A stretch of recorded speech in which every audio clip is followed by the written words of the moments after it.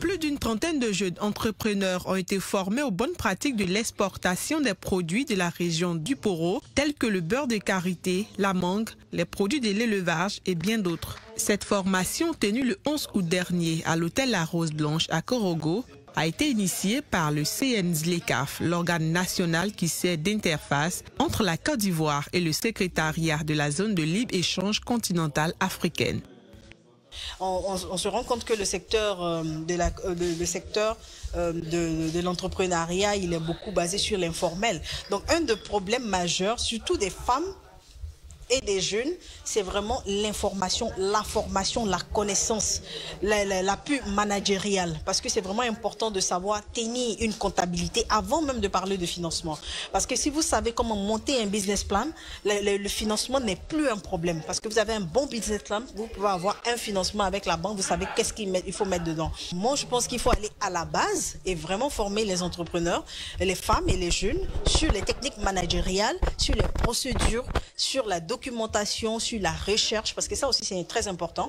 Ils ont des produits, ils ne savent pas où les vendre parce qu'on ne sait pas où aller chercher l'information commerciale, on ne sait pas où commencer.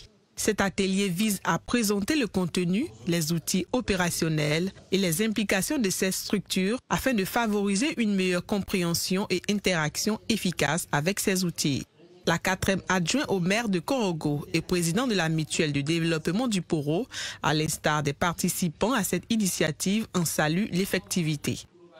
Je dirais que c'est vraiment un atelier qui renferme beaucoup d'atouts. Les femmes, je souhaite au sortir de cet atelier, soient sensibilisées comment il faut faire le commerce extérieur, quelles sont les opportunités qu'elles peuvent avoir. Et je pense que ça pourra les aider à optimiser leur production.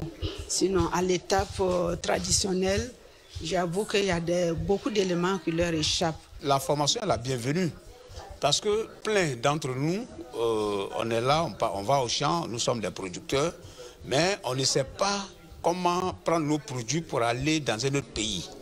Mais si ces formations-là viennent, alors donc ça nous encourage de mieux produire, ça nous encourage de mieux travailler sur la qualité pour comment on appelle ça, atteindre les critères que les autres pays vont nous proposer.